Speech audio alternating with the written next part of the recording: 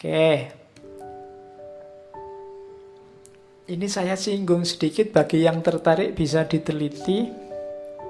Puncaknya self-actualizer itu ada namanya peak experience. Ranahnya adalah ranah spiritual. Peak experience ini atau pengalaman puncak ini, sama kalau di agama kalian menyebutnya kasyaf, ekstase. Jadi pengalaman rasa yang luar biasa, nikmat luar biasa, keterpesonaan yang luar biasa, yang sifatnya religius mistik. Jadi yang saking luar biasanya merasa dirinya ini sudah tidak penting lagi, tergantikan oleh rasa nikmat, rasa keterpesonaan yang luar biasa. Jadi itu namanya peak experience, pengalaman puncak. Sifatnya ineffable, tidak terkatakan, noetik. Jadi noetik itu dari bahasa Yunani artinya intuitif, tidak pakai akal, tidak pakai panca indera, pokoknya rasanya luar biasa. Dan transien itu ya ndak terus-terusan begitu. Kalau sudah jangka waktu tertentu, mungkin 10 menit, mungkin setengah jam, ya sudah kembali ke asal. Jangan dibayangkan orang ekstasi itu terus ekstase, terus ma'rifah, terus ya ndak. Sifatnya transien. Transien itu rasa bersatu dengan sesuatu yang luar biasa itu sementara.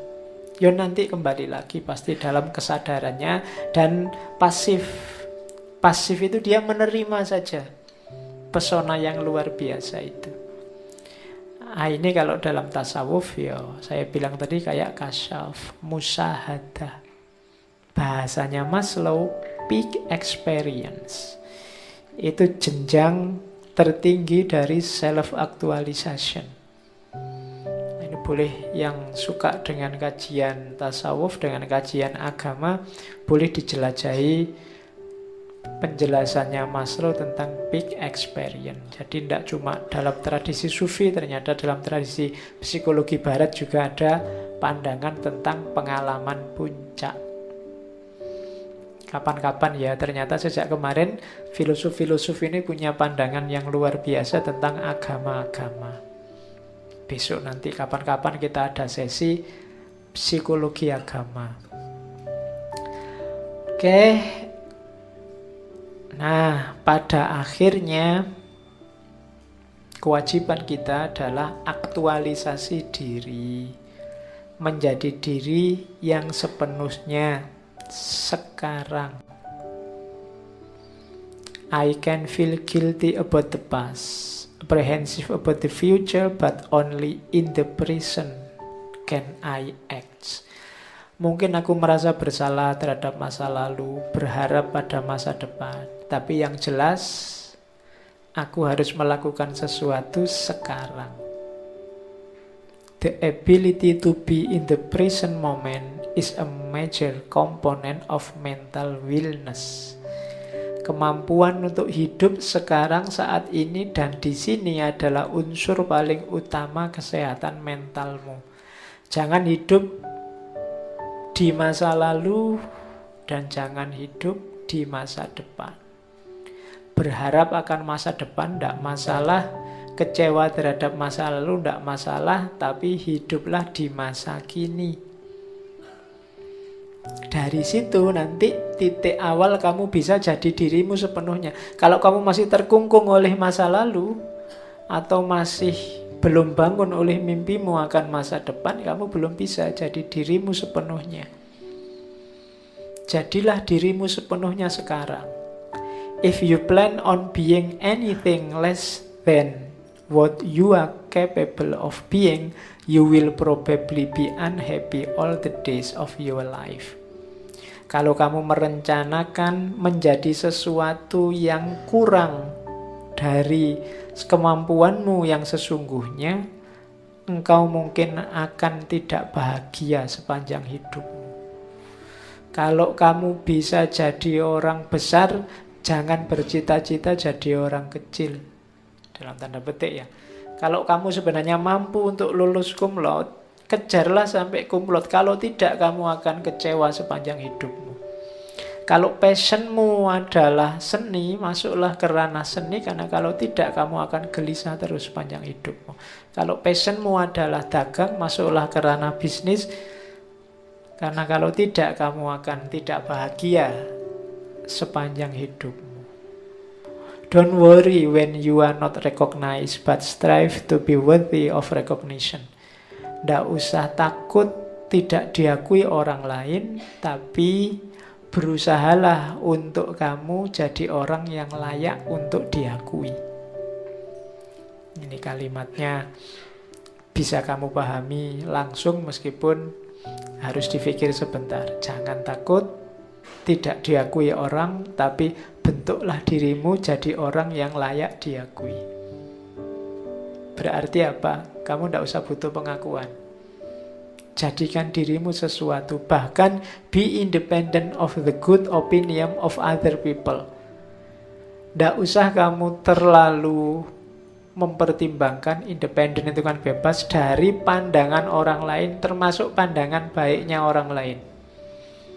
Karena kadang-kadang kalau targetmu adalah pandangan baiknya orang lain, kamu memutuskan itu sesuai keinginan mereka dan bukan keinginanmu. Jadi, wah, katanya temanku kalau pakai baju ini kelihatan ganteng ya, meskipun agak gatel-gatel gimana gitu. Misalnya, akhirnya kamu pakai terus sambil merasa gatel. Kenapa? Demi pandangan baiknya orang lain. Jadi justru kadang-kadang yang menjatuhkan kita itu bukan pandangan jeleknya orang. Kalau pandangan jeleknya orang kan menyikapinya gampang, tapi pandangan baiknya orang. Wah, kamu ini mahasiswa yang soleh. Begitu disebut gitu, wah kita terus gayanya kayak soleh tenanan. Padahal passionmu enggak gitu kan, kamu tersiksa sekali ya. Kemana-mana harus bergaya jadi orang soleh.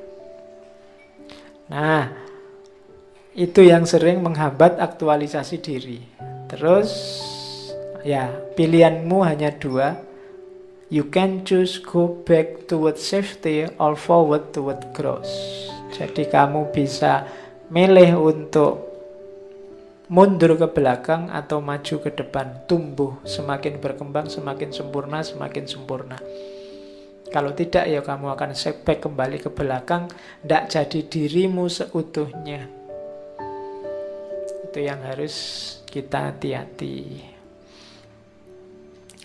Terus ini sama saja penjelasannya. Aktualisasi diri itu akan membuat orang memahami diri, punya simpati terhadap orang lain, punya rasa pada manusia yang lain. Mereka akan merasa akrab, merasa terhubung dengan semua orang. Jadi jangan takut, Pak, kalau saya aktualisasi diri nanti jadi egois, pinter dewe besar. Enggak. Otomatis ketika kamu teraktualkan potensimu, kamu akan bisa nyambung dengan banyak orang yang lain. Kamu akan bisa empati seperti tadi. Kamu bisa bersimpati pada orang lain. Itulah teori hierarki kebutuhannya Maslow. Saya bawa kalimat bagus dari Maslow. If the only tool you have is a hammer, you tend to see every problem as a nail. Kalau satu-satunya alat yang kamu miliki hanya palu, maka engkau akan cenderung melihat setiap masalah sebagai paku. Itu yang saya sebut wawasan jangan sempit. Kalau wawasanmu sempit, kamu hanya melihat masalah dengan wawasanmu itu, dengan senjatamu itu. Saya sering bilang ilmu itu kan kayak senjata. Maka harus banyak dan macam-macam. Kalau senjatamu hanya satu, nanti ya kamu olah apapun dengan senjatamu itu. Karena kamu punyanya palu, kemana-mana ya alatnya palu. Mau makan pakai palu, mau mandi pakai palu, mau... Semuanya kamu anggap paku yang harus dipukul. Kenapa? Karena alat yang kamu punya hanya alat pukul. Solusinya apa? Tambah ilmu, tambah wawasan. Biar tidak hanya palu yang kamu miliki. Hidup ini senjata butuh macam-macam. Kalau pas mandi kamu butuh ceduk, kalau pas makan kamu butuh sendok. Kalau untuk motong pohon kamu butuh kapak. Kalau kamu motong pohon pakai ceduk, ya tunggulah sampai kiamat ndak roboh-roboh. Gitu loh. Jadi ini sindiran dari Maslow ya. Kenapa kok banyak orang kemana-mana mukul, kemana-mana mukul. Dia punyanya cuma palu, ndak punya yang lain. Kan kamu sering, "Mbok jangan maki-maki." Loh, dia bisanya cuma maki. Yang lain ndak bisa. Dia bisanya cuma itu. Mau kamu nyuruhnya sampai capek juga ndak bisa. Dia punyanya cuma palu. Jadi kemana-mana ya cuma malu. Oke, jadi itu nasihat dari Maslow. Ada kalimat lagi yang mungkin sering kita kutip di ngaji filsafat ini. Maslow juga ngomong hal yang sama. All of life is education, and everybody is a teacher, and everybody is forever a pupil. Seluruh hayat kita adalah pendidikan, setiap orang adalah guru, dan setiap orang sekaligus juga adalah murid. Jangan ada momen hidup kita yang tidak belajar, tidak pendidikan. Jangan ada di antara kita yang tidak mau jadi guru atau tidak mau jadi murid. Kita harus siap jadi guru dan juga siap jadi murid. Dua-duanya berkaitan. Guru yang tidak mau jadi murid, itu ilmunya mandek. Murid yang tidak mau jadi guru, ilmunya tidak manfaat. Tidak ada gunanya. Jadi dua-duanya nyambung, kamu putar terus. Kamu harus selalu anytime murid dan anytime guru. Dan jadikan setiap detik hidup kita adalah pendidikan.